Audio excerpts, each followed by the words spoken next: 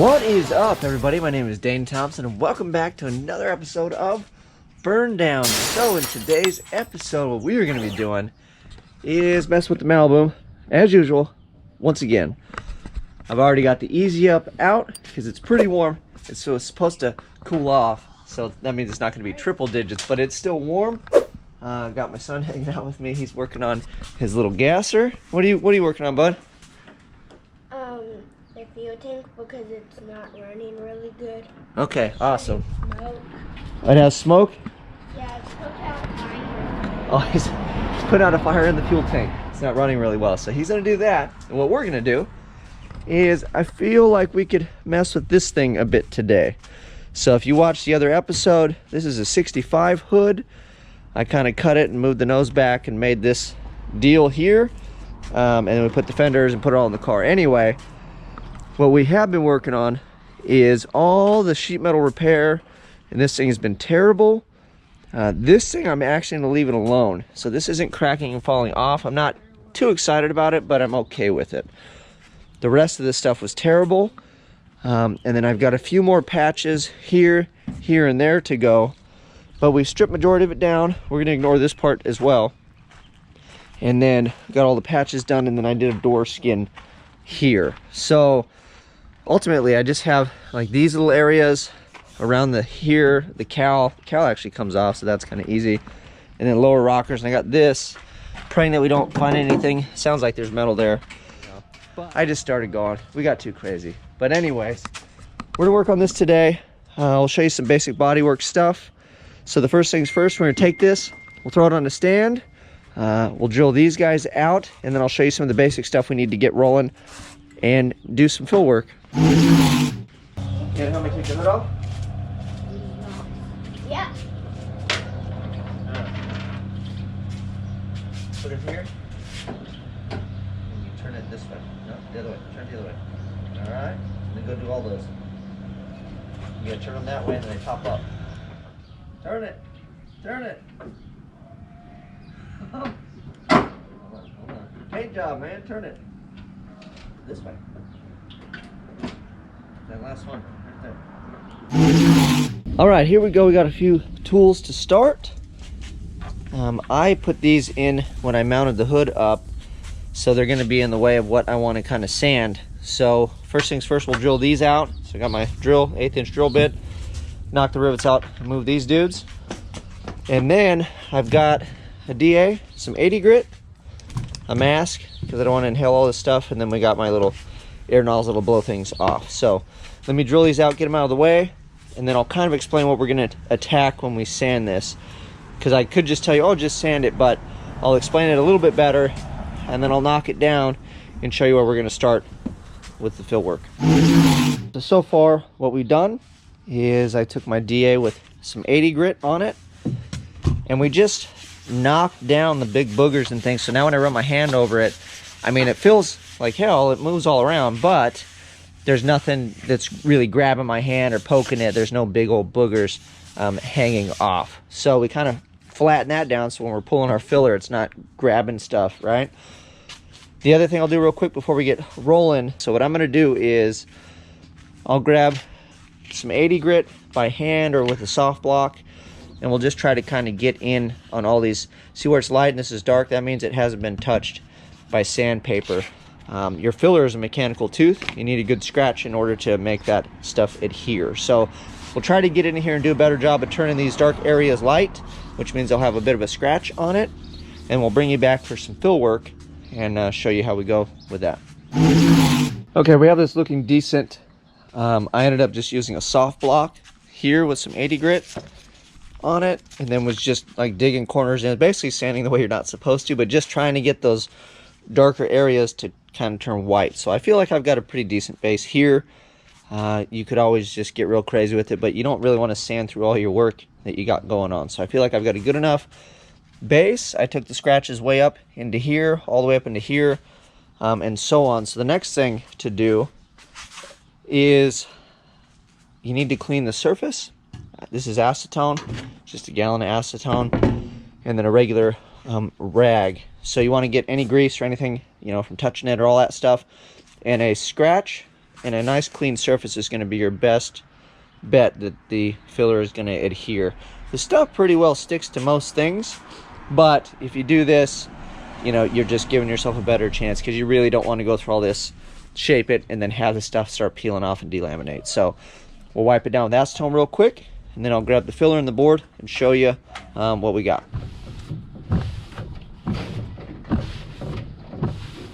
You don't want to just swirl it around either. You want to go in the same direction, because if you're wiping stuff off, you want to wipe it off, right? You don't want to just move dirt around. So I'm going to go from on the panel and then wipe off. And then you can flip around your little doohickey here. See, you got 4 sides to it because the acetone soaks in. See? Picking up crud. That's what we want to be doing. Alright, let me bring you guys back here in the corner. I've been doing body work, so I kind of have my little bench thing set up over here. Anyway, so most important thing, you want to use a good quality filler. So this is the Vitek Ultra Gold, and I want to say this is pretty similar to the Rage Ultra. So the Rage comes in like a pink can. This is at my local spot. If you can't find this, it is the Rage Ultra Gold. Is phenomenal. If you use a cheap filler, you buy the $10, $15 gallon or whatever they sell you, it sucks, it's not going to spread very well, and it's going to sound like garbage. So you're just going to make headaches and make your life terrible. If you buy good filler, this varies from $50 to, I want to say $80, $90 a can, and you're going, whoa, that's expensive. But let me tell you, you'll gladly throw $80, $90 at a can of this once you use the stuff that's $15 and you spend all day, 2 days sanding on it. It's just not working and fighting you, loading up your sandpaper. It is terrible. So spend the money, get very good filler. You will not regret it. Even if you don't use the whole can, it lasts a while. You just seal it up real well, and it'll last you for a little while. This is a Bondo board. These are a bunch of little strips of like wax paper so it doesn't soak through. So you mix it up on here, get your filler ready to rock and roll, put it on the panel. When you're done, you rip this off and throw it away, and you got another clean slate. Some people, you could use a piece of cardboard or whatever you got laying around. I prefer like metal. Cardboard's going to suck in and it's going to stay there, and you're going to have to keep using new pieces of cardboard. If you use like a scrap piece of metal or aluminum or something, at least you can kind of sand it and flatten it out and mix your new stuff on it, I guess, for the most part. And then the filler is going to be a 2-part. This is your hardener, this is your filler. This is basically a cream, what is that? Methyl ethyl ketone, I believe, is what this stuff is in like cream form. So there's a percentage it tells you on there. I'll show you how I mix it up, and we'll just go from there. I don't measure or do any of that stuff. I just make a puddle, add some goop, mix it up, and Bob's your uncle. So the last thing you will need is a plastic spreader. I like these. I like to get the bigger ones, but my local jobber guy doesn't have the bigger ones right now, so this is what I'm forced to use. Usually I think this 6-inch. I think these are 4. Maybe these are 6. But anyway, if you buy these and you get them a little bit bigger, the cool part is you can cut them down. So if you needed like a really small little piece to get in somewhere, you can just take your scissors and cut this, and now you got your little paddle. But I use these. I buy multiples. I do clean them. That's why you keep your acetone handy. When you're done, it'll have gunk on it, and you can wipe it down.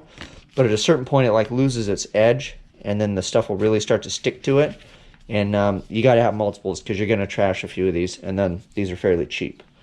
So I think that about covers all the stuff we need. All right. So yeah, this thing's like it's a different style weird lid. Anyway, so what I like to do is you take the stick, stir stick, and this is better Bondo, so it's pretty creamy already and smooth. So you can see in there that, you know, it moves around fairly well. Some of the cheap stuff, like, see how it's already kind of thinned down? And you want to stir from the bottom and mix it around. Some of the ingredients in here, namely the stuff that makes it like smooth and creamy, whatever product that is, the stuff will flash off, and it separates, I should say. It probably does flash off too, but it'll sit on top. So you want to mix that down in there, because what happens is, if you don't mix this every time you open it and try to use it, you're going to use up all the good stuff, and then you're going to get to the bottom of this can, and it's just going to be dry as all get out and not be very user friendly. So mix it really good.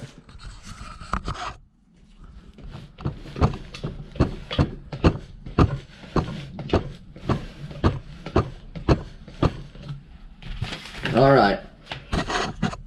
So here is my other tip. Especially if you're new to this, you want to, like I can't even get it out of here.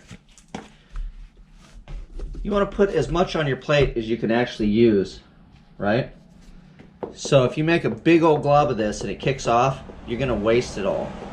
So you only want to put down as much as you can physically spread without it kicking off. So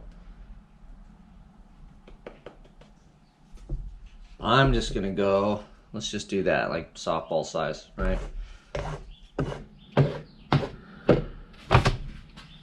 Okay, so this is how much we're gonna show you guys what to work with, but again, especially when you get a new batch, you're new to this, do a smaller amount and use it, and then get familiar with how it kicks off. And you'll see kind of what I mean by that. Hopefully not, but we should be able to spread it and not touch it and let it kick.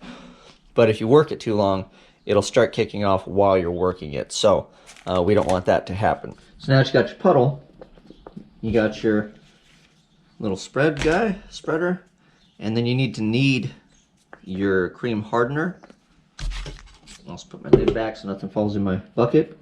So you need the cream hardener, because this, just like that stuff, separates from the chemicals from the whatever the cream portion of this thing is.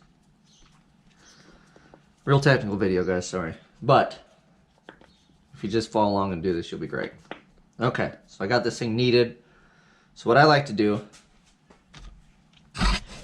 is I just wing it. So this is blue and that's yellow. This will turn green. There's a percentage, mix ratio, all that fun stuff. The more of this you put in there, the faster this thing kicks. The hotter it is outside, the faster this thing kicks. So we're pretty warm today. So I'm just gonna do a couple little dabs. Like that, like so. I like to stir it around. I like to get everything like from the edge of the board so I don't have any uncatalyzed crap going down. So I stir it all around to get it kind of mixed in.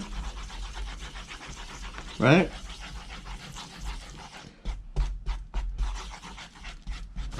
And then I grab it and kind of fold it into itself. So there's lots of guys that are probably going to have their preferred method. The guys that are really good at this will probably have a different method on how to do this. I just mix it, and then you got to squish this guy down. Try to get all of that hardener mixed in, right? So we're looking pretty consistent now. It's a light shaded green. Everything looks good. Now we got to go get this on the hood before it kicks off. So let's run over there and do that. So that's what my mix looks like. It's consistent, and you want to stop as soon as it's consistent. Otherwise, you're just making it worse on yourself. So here's the trick to it. You want to get it off the board and onto the panel.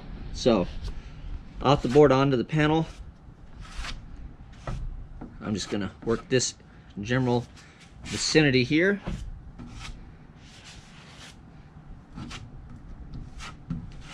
So now that it's off the board and on the panel, now I can start spreading and moving it around. Because if you're just putting a little bit at a time, it's gonna kick off on the board and it never hit the panel, and you're not doing yourself any sort of justice. So I'm starting on the edge. This is where my filler needs to be the thickest because I had a big lump right here.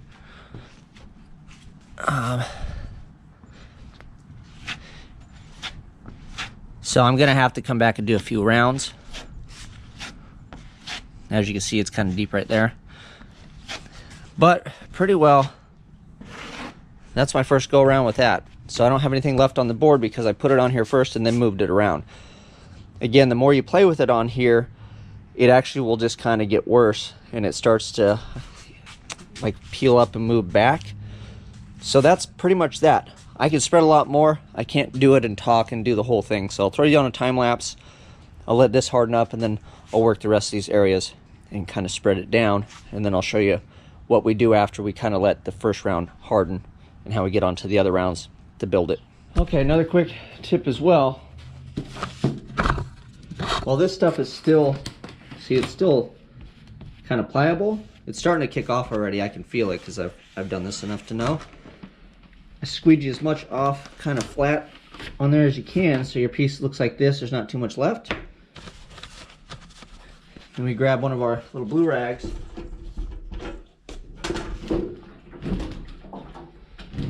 If you throw some acetone on it, you can literally wipe this thing off and it'll be good to go for the next round. So a little bit of acetone, but it'll save these things so you're not throwing away every single round. But you'll know when you get to a point where you're trying to spread with this thing and it's just not working, it's not smooth, maybe it gets an edge or it's hard to clean. You don't want to deal with any of that. So that's when it's time for this to hit the trash. But I like to try to reuse them kind of as much as I can until they get to that point. So this is good to go. And in this guy, you just peel it back. And then I fold them on themselves. When they're still pliable, throw in the trash can. So now we repeat, we're good to go. Got my acetone here with my little rags to clean this thing up, and we'll make piles and piles, and then we'll run over and slam them on the hood. And then I'll let that set up and we'll bring you guys back once I kind of have it all ugly, and we'll knock it down and I'll share that with you guys and we'll do the next round on it. All right, so it's been a bit of a break. I set a timer when the house came back. I put this thing over in the sun, so it's pretty warm still. But we got the cake batter laid down. The goal of the first round on the fill work is to build as much as I can. So I kind of glob it on and try not to work it too bad because I don't want to push it down into the low areas. So we pretty much look like cake batter. There's probably guys on here that could whip this out and it looks all awesome, but when you're doing smaller dings and such, when you're doing smaller dings, door dings and such, and real shallow low spots, it's a lot easier. And I've got a trick for that too, to lay it out real smooth, because the nicer you lay it out, the less work you have to come back and really dig on it in sand. Something like this is just ugly as all get out. My main goal is just to cake on as much as I can in round one. Then we'll find low spots and come back, and we're essentially going to do the same thing and then hopefully do a little bit better job on round two. So here's a look at the cake batter that we laid down. Obviously could have spread that a little bit better. This is on purpose because there was a low spot, so we just gooped it. Same with these areas here. But yeah, all in all, I just kind of swiped it. I wasn't really trying to lay it super, nice. I was just trying to pack it on. And then I did open these back up while it was still pliable. And then there are some guys too that they'll get on stuff early, like they wait till it's still malleable but it's soft and they have like files, and they'll start shaping it real quick, like right away. I'm not that great, and if you're not really good at fill work, you can just basically knock everything you just put on the panel off. So what I find easier to do is get my DA back out, got 80 grit, and then I just hit all this stuff. Like this is a big bulbous ugly piece, doesn't need to be there. These ribs, like on all this stuff, don't need to be there. I could have been a little more attentive here because this is a body line, so that's kind of a pain, but we'll dig that out. And again, I'll just go around the panel like this big bloop. We'll knock that down and just knock the stuff down to where it's somewhat kind of flat. And then I'll kind of show you guys, after I just knock some of the big edges off, how to DA, what to kind of look for, because you really don't want to dig a bunch out at this point because you're trying to add it so it's all kind of uniform and then thick, and then you want to knock it down as a whole. For instance, this is a high spot, so there's technically not enough filler right here already, or right here, because if this is the high spot, it's going to go high spot here, low, and then low, and it'll be like a flat area. So this actually still needs to get built up. So I don't want to, dig in on that, because then that defeats the purpose of me just putting filler on it. Same thing here, like I can already kind of see, but let me knock some of this stuff down. You guys will kind of get the idea, and then I'll come back and kind of show you after we clean a little bit of this up.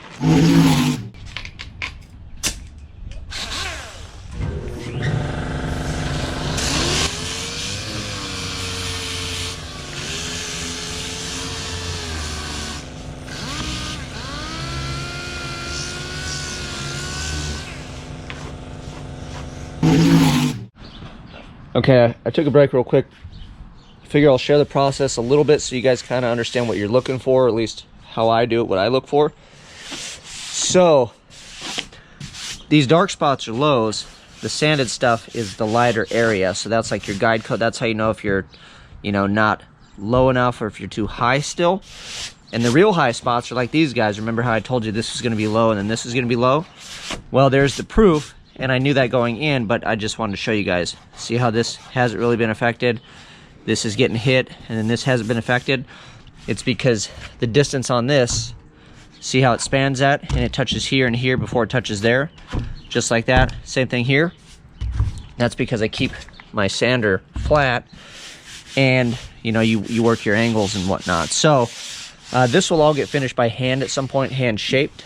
But when I'm building Bondo and I'm knocking it down, I like to just use the DA till I get to a point to where I have something to work with. And right here, there's no point in me hand shaping this, because when I can basically look at it, eyeball it, and go, this isn't going to be good, I know we got to run fill work. So what I'm trying to do is just knock everything down those ridges again, so when I pull my squeegee, it's not, you know, going over rocks and being inconsistent. I want to try to lay it nice and smooth again. So what we'll do is we'll get the area to where I have my lows still. See how I knock the lines out. Maybe we'll work these areas a little bit better. And I'll leave all these low spots alone till I kind of finish up. And then I'll purposely come back and scratch these and realize or mark where they're at somehow. And then just pull, you know, filler back over these areas again. So again, low here, high. Same thing here. And then this is an area that I haven't really hit as much. So we're just knocking those little lines down, trying to leave as much filler as possible. See, there's some ribs here that I haven't touched. And then this is a body line here, so we'll have to dig that out. Essentially, you know, how I dug it out here. So we're gonna get this whole piece to pretty well look like this, and then we'll run even more filler over the top, and that'll build up what we have here again. And then hopefully that'll kind of give me something to work with, and we can knock it down a little bit, and then if I feel good about it, we can kind of hand shape it. But I'm thinking it's probably gonna be 3 rounds roughly. So I'll bring you guys back. I'm gonna do this. I'll pull another round of cake batter on it, and then I'll show you after we got the other round of cake batter kind of what it looks like. But it should be similar, but I'm gonna try to build it up in the areas that I know need some help. And then we'll knock that down and we'll keep playing with it, and I'll keep showing you guys as it progresses. All right, the dust is settled on round 1. This is where I've chosen to stop. And again, these are all high spots. That means there's no material to go down. You're actually digging into the panel. So we need filler to be above that. So in essence, this section here is pretty darn good. There's pinholes. That's not a big deal. But you can see it's thin right here, which means this is the actual surface area. The rest of this is pretty darn flat. Like, it feels pretty good. So we just need to take this, and then, you know, this is a high spot, so we'll bring it over. Like, all these guys need to go away. If that rolled real nice into this area, this would actually all look pretty good just in this section here. Again, this is a low spot.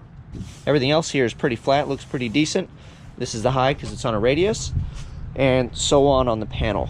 You know, these are extreme highs here and here, and then this is a low, that's a low. This isn't terrible, but what I'm gonna do is I'm actually going to refill the entire thing. And then I'm not gonna get so crazy with the thickness that you guys saw me globbing on before. I'll probably leave this area pretty well alone. We'll just get some of these pinholes. We'll do this area, we'll do this area.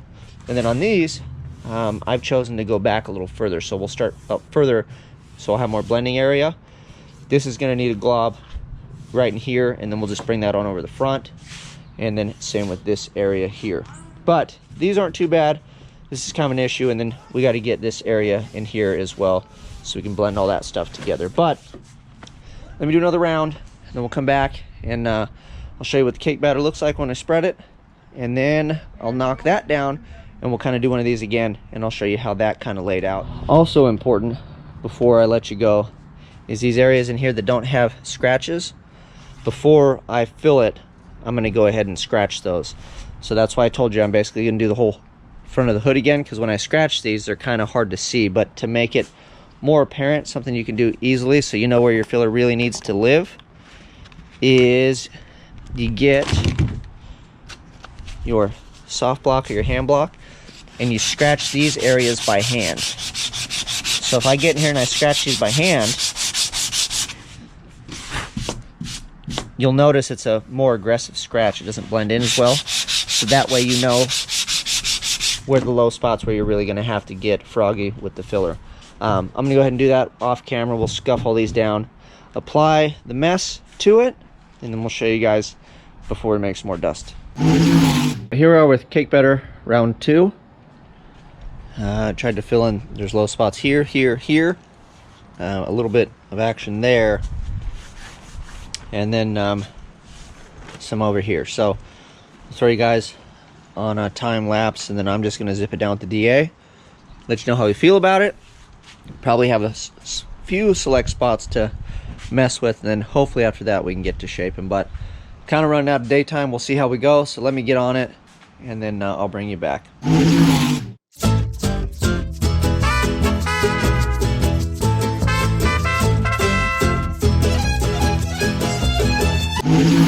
Alright, here's how we look after round 2. So this side is really kind of starting to take shape. You can see that we got one high spot here, but everything else is kind of evening out. That's a low spot, this is a high spot, and then the radius on this actually isn't too bad, and I haven't cut through, but I'm just going to leave the meat because I could do that by hand. That was all DA work.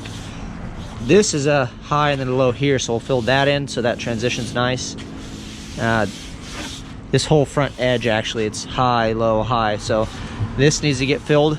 Probably just do the whole edge just to be safe, so we can hit that all at the same time. This is looking good. I don't want to really jump in here too bad with the DA, so this will be done by hand, but this whole section here is fine, as well as, yeah, this kind of has a deal right here going. So maybe we'll do one more round on this section here. This section's good. This section needs some help. This section's good, it just needs to be knocked down properly, and then that filled in, so we'll fill that in. Same thing here, we still got a high, and then this is low. So, but the shape is kind of coming around. So, yeah, let me do one more quick one, and I think that'll rough this whole deal in. But, yeah, hopefully you can kind of see, what the shape of the hood looks like, what we were going for. And then what we can do is, really define this front edge and all that fun stuff. So yeah, let me get one more in, and then we'll call that roughed in.